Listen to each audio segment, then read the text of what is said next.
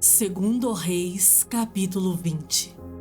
Naqueles dias, Ezequias adoeceu de uma enfermidade mortal. Veio ter com ele o profeta Isaías, filho de Amós. Ele disse: Assim diz o Senhor: Põe em ordem a tua casa, porque morrerás e não viverás. Então virou Ezequias o rosto para a parede e orou ao Senhor, dizendo: Lembra-te, Senhor, peço-te, de que andei diante de ti com fidelidade, com inteireza de coração, e fiz o que era reto aos teus olhos, e chorou muitíssimo.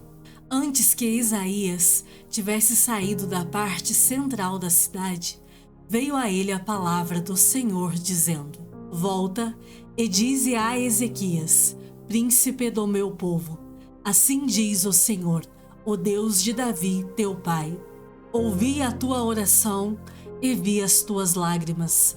Eis que eu te curarei. Ao terceiro dia subirás à casa do Senhor. Acrescentarei aos teus dias 15 anos, e das mãos do rei da Assíria te livrarei, a ti e a esta cidade, e defenderei esta cidade por amor de mim e por amor de Davi, meu servo. Disse mais Isaías: Tomai uma pasta de figos. Tomaram-na e a puseram sobre a úlcera, e ele recuperou a saúde. Ezequias disse a Isaías: Qual será o sinal de que o Senhor me curará e de que, ao terceiro dia, subirei à casa do Senhor? Respondeu Isaías: Ser-te-á isto da parte do Senhor, como sinal de que ele cumprirá a palavra que disse. Adiantar-se-á a sombra 10 graus, ou os retrocederá? Então disse Ezequias: É fácil que a sombra adiante 10 graus. Tal, porém, não aconteça. Antes, retroceda 10 graus. Então, o profeta Isaías clamou ao Senhor e fez retroceder 10 graus a sombra lançada pelo sol declinante no relógio de Acás. Nesse tempo, Merodach-Baladã, filho de Baladã, rei da Babilônia, enviou cartas e um presente a Ezequias, porque soube que estivera doente. Ezequias se agradou dos mensageiros e lhes mostrou toda a casa do seu tesouro: a prata, o ouro, as especiarias, os óleos finos, o seu arsenal e tudo quanto se achava nos seus tesouros. Nenhuma coisa houve, nem em sua casa, nem em todo o seu domínio, que Ezequias não lhes mostrasse. Então Isaías, o profeta, veio ao rei Ezequias e lhe disse: Que foi que aqueles homens disseram, e donde vieram a ti? Respondeu Ezequias: De uma terra longínqua vieram, da Babilônia. Perguntou ele: Que viram em tua casa? Respondeu Ezequias: Viram tudo quanto há em minha casa. Coisa nenhuma há nos meus tesouros que eu não lhes mostrasse. Então disse Isaías a Ezequias: Ouve a palavra do Senhor. Eis que virão dias em que tudo quanto houver em tua casa, com o que entesouraram teus pais até ao dia de hoje, será levado para a Babilônia. Não ficará coisa alguma, disse o Senhor. Dos teus próprios filhos que tu gerares, tomarão, para que sejam eunucos no palácio do rei da Babilônia. Então disse Ezequias a Isaías: Boa é a palavra do Senhor que disseste, pois pensava: haverá paz e segurança em meus dias. Quanto aos mais atos de Ezequias, e todo o seu poder, e como fez o açude e o aqueduto, e trouxe água para dentro da cidade, porventura não estão escritos no livro da história dos reis de Judá? Descansou Ezequias com seus pais, e Manassés, seu filho, reinou em seu lugar. Segundo Reis, capítulo 21. Tinha Manassés 12 anos de idade quando começou a reinar, e reinou 55 anos em Jerusalém. Sua mãe chamava-se Efizibá. Fez ele o que era mal perante o Senhor, segundo as abominações dos gentios, que o Senhor expulsara de suas possessões, de diante dos filhos de Israel. Pois tornou a edificar os altos que Ezequias, seu pai, havia destruído, e levantou altares a Baal, e fez um poste ídolo, como o que fizera Acabe, rei de Israel, e se prostrou diante de todo o exército dos céus, e o serviu. Edificou altares na casa do Senhor, da qual o Senhor tinha dito: em Jerusalém porei o meu nome. Também edificou altares a todo o exército dos céus nos 2 átrios da casa do Senhor. E queimou a seu filho como sacrifício. Adivinhava pelas nuvens, era agoureiro e tratava com médiuns e feiticeiros. Prosseguiu em fazer o que era mal perante o Senhor, para o provocar a ira. Também pôs a imagem de escultura do poste ídolo que tinha feito na casa de que o Senhor dissera a Davi e a Salomão, seu filho: nesta casa e em Jerusalém, que escolhi de todas as tribos de Israel, porei o meu nome para sempre, e não farei que os pés de Israel andem errantes da terra que dei a seus pais, contanto que tenham cuidado de fazer segundo tudo o que lhes tenho mandado, e conforme toda a lei que Moisés, meu servo, lhes ordenou. Eles, porém, não ouviram, e Manassés de tal modo os fez errar, que fizeram pior do que as nações que o Senhor tinha destruído de diante dos filhos de Israel.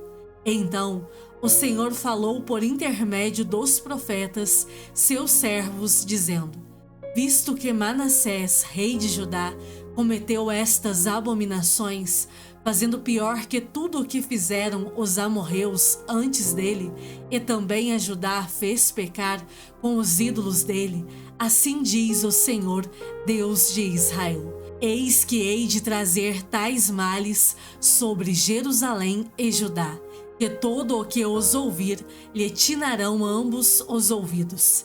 Estenderei sobre Jerusalém o cordel de Samaria e o prumo da casa de Acabe.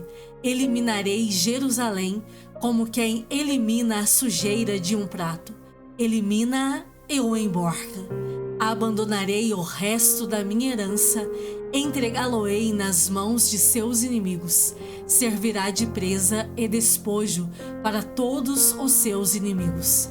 Porquanto fizeram o que era mal perante mim e me provocaram a ira, desde o dia em que seus pais saíram do Egito até ao dia de hoje. Além disso, Manassés derramou muitíssimo sangue inocente, até encher Jerusalém de um ao outro extremo, afora o seu pecado, com que fez pecar a Judá, praticando o que era mal perante o Senhor. Quanto aos mais atos de Manassés, e a tudo quanto fez, e ao seu pecado que cometeu, porventura, não estão escritos no livro da história dos reis de Judá? Manassés descansou com seus pais e foi sepultado no jardim da sua própria casa, no jardim de Uzá, e Amon, seu filho, reinou em seu lugar.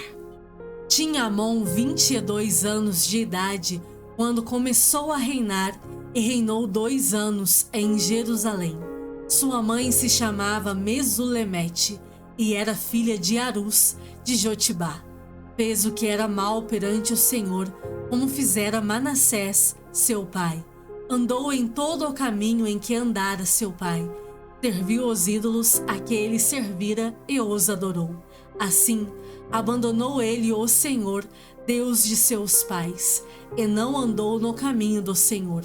Os servos do rei Amon conspiraram contra ele e o mataram em sua própria casa. Porém o povo da terra feriu todos os que conspiraram contra o rei Amon e constituiu a Josias, seu filho, rei em seu lugar. Quanto aos mais atos de Amon e a tudo o que fez, porventura, não estão escritos no livro da história dos reis de Judá? Foi ele enterrado na sua sepultura, no jardim de Uzá, e Josias, seu filho, reinou em seu lugar. Provérbios capítulo 21. Como ribeiros de águas, assim é o coração do rei na mão do Senhor. Este, segundo o seu querer, o inclina. Todo o caminho do homem é reto aos seus próprios olhos, mas o Senhor sonda os corações. Exercitar justiça e juízo é mais aceitável ao Senhor do que sacrifício.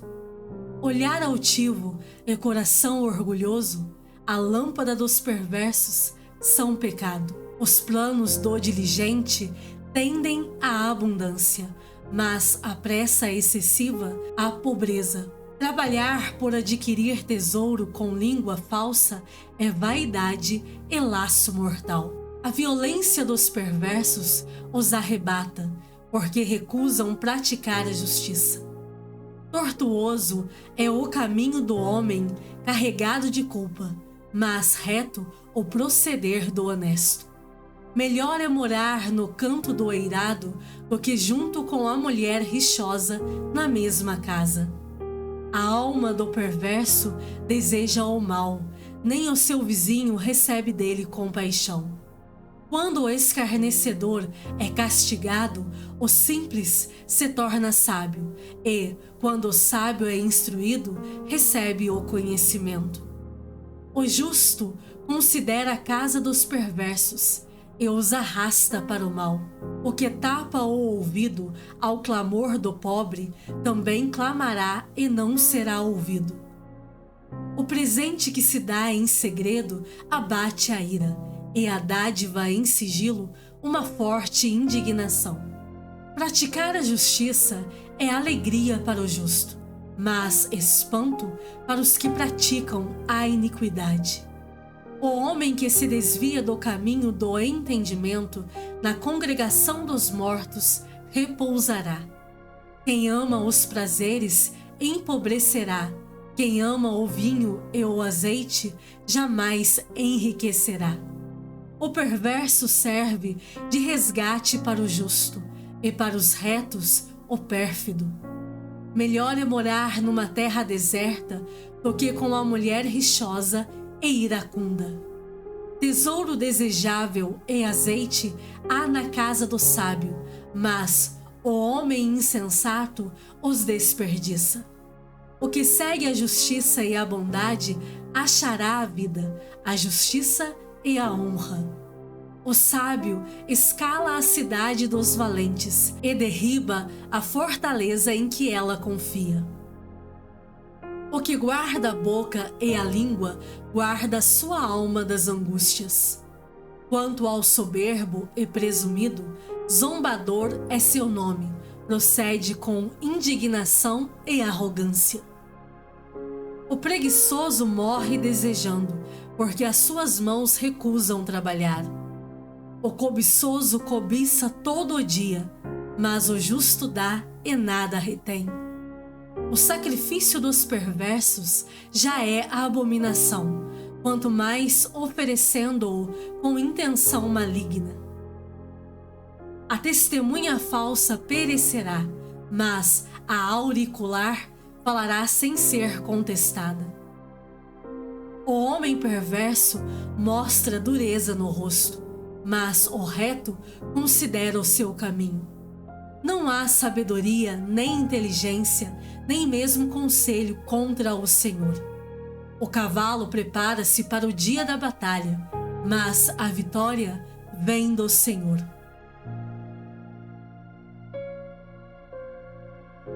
Segunda Epístola de João.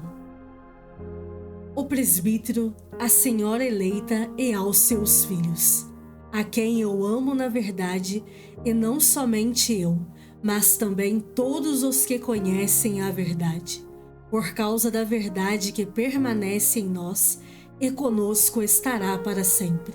A graça, a misericórdia e a paz da parte de Deus Pai e de Jesus Cristo, o Filho do Pai, serão conosco em verdade e amor. Fiquei sobremodo alegre em ter encontrado dentre os teus filhos os que andam na verdade, de acordo com o mandamento que recebemos da parte do Pai. E agora, Senhora, peço-te, não como se escrevesse mandamento novo, senão o que tivemos desde o princípio, que nos amemos uns aos outros. E o amor é este, que andemos segundo os seus mandamentos. Este mandamento, como ouvistes desde o princípio, é que andeis nesse amor. Porque muitos enganadores têm saído pelo mundo fora, os quais não confessam Jesus Cristo vindo em carne. Assim é o enganador e o anticristo. Acautelai-vos, para não perderdes aquilo que temos realizado com esforço, mas para receberdes completo galardão. Todo aquele que ultrapassa a doutrina de Cristo e nela não permanece, não tem Deus. O que permanece na doutrina, esse tem tanto o Pai como o Filho. Se alguém vem ter convosco e não traz esta doutrina, não o recebais em casa, nem lhe deis as boas-vindas. Porquanto aquele que lhe dá boas-vindas, faz-se cúmplice das suas obras más. Ainda tinha muitas coisas que vos escrever. Não quis fazê-lo com papel e tinta, pois espero ir ter convosco, e conversaremos de viva voz, para que a nossa alegria seja completa. Os filhos da tua irmã eleita te saúdam.